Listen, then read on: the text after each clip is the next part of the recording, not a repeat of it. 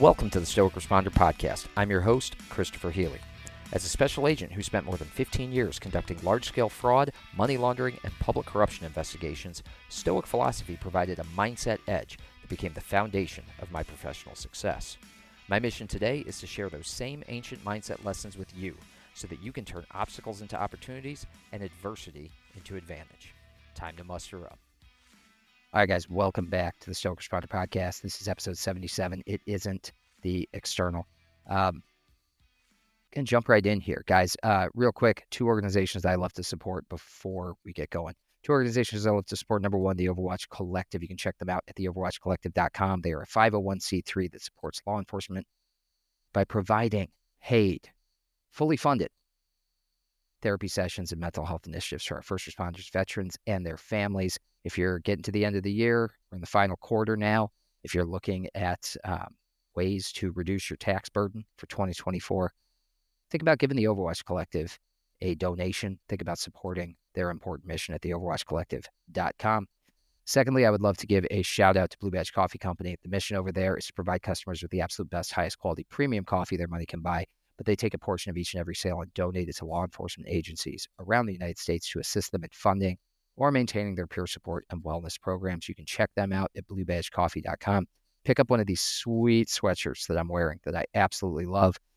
Fall is slowly arriving here in Southeast Texas, but it's a little too slow for my liking. So I'm wearing this sweatshirt, even though it still is hitting the high 80s on a daily basis around here.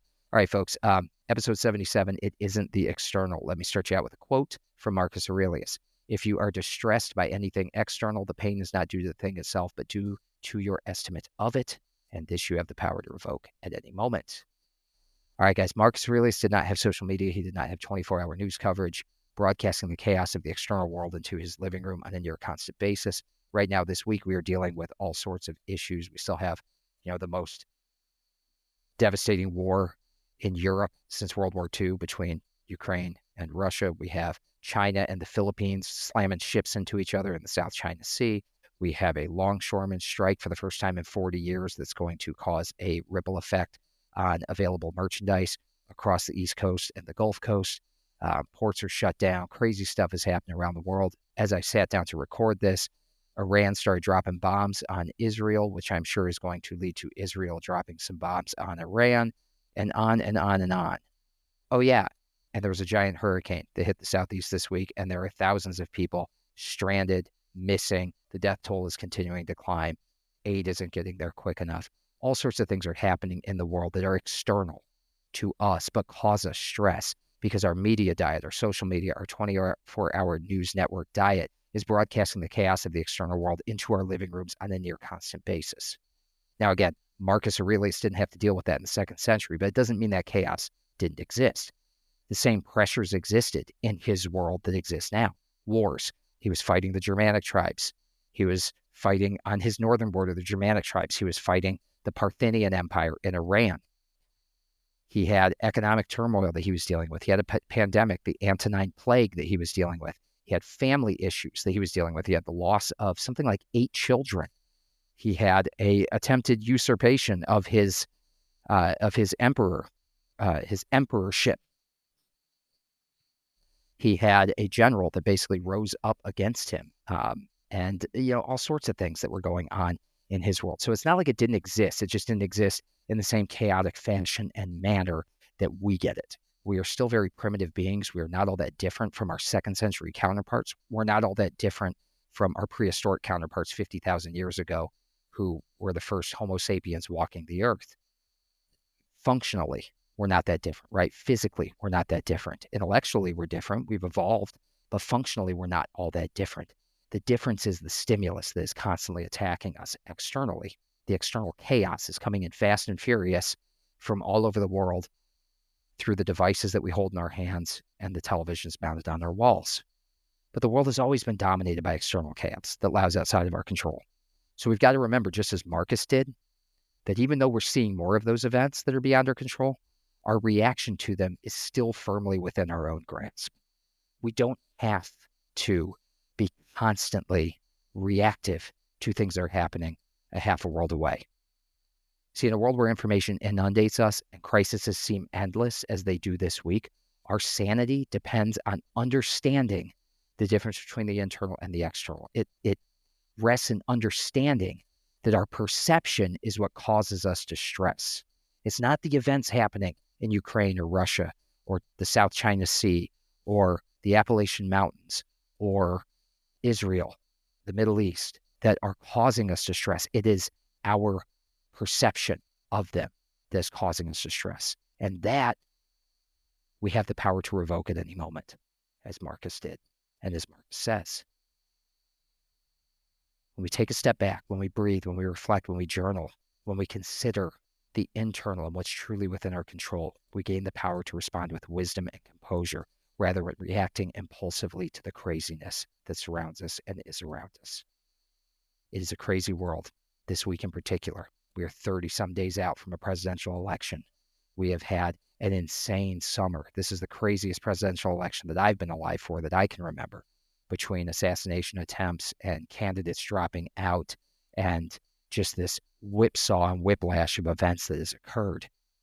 A lot of people are feeling a lot of stress about things that are external to them without taking that step back, without breathing, without reflecting that all of this can be dismissed if you want to. You have the power to respond with wisdom, composure, rather than reacting impulsively, rather than being heightened, rather than being emotional. You have the ability to say what is external to me and what is internal to me, and to act accordingly. What is internal to you are your actions, your reactions, your efforts, and your attitudes.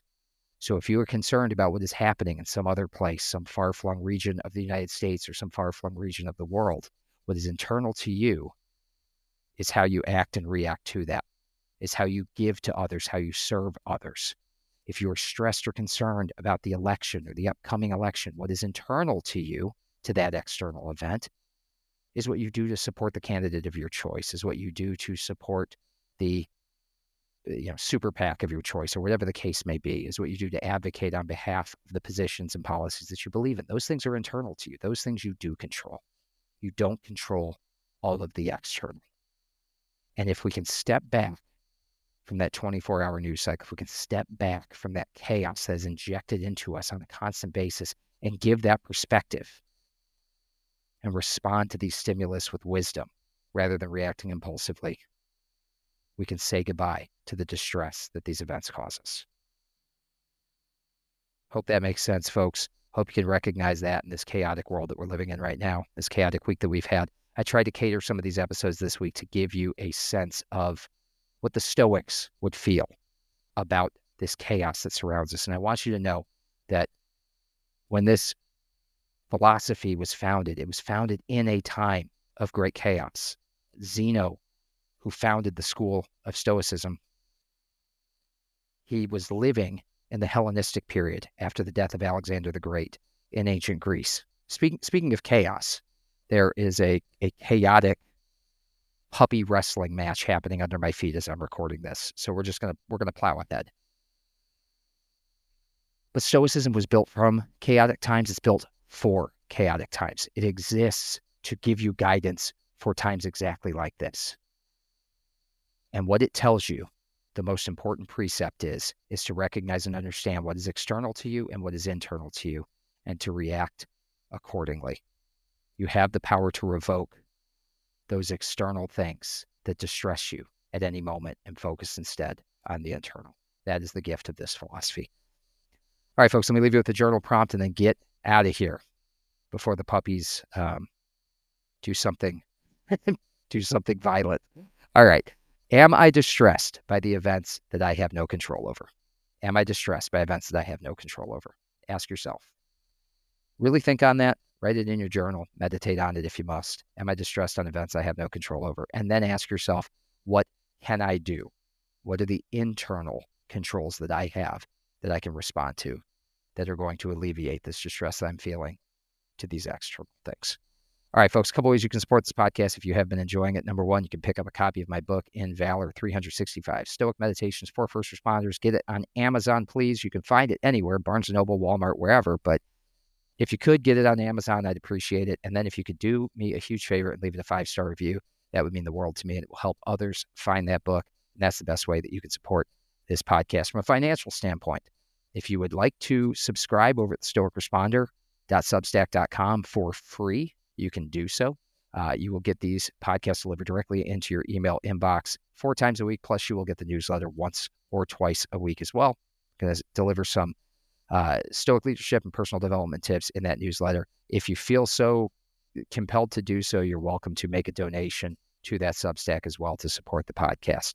Finally, you can like, share, and subscribe so that others can learn what we are doing here and share this philosophy with as many people as possible. Thanks so much for being patient with me this week. Again, it's been a chaotic week for me personally. It has been a chaotic week in the world in general, and I hope that some of these Stoic lessons that I've shared this week give you a little bit of peace of mind for how the Stoics would advise you to deal with times of chaos. Thanks so much, folks. Get out there, live your lives with valor, and until next time, you are out of roll.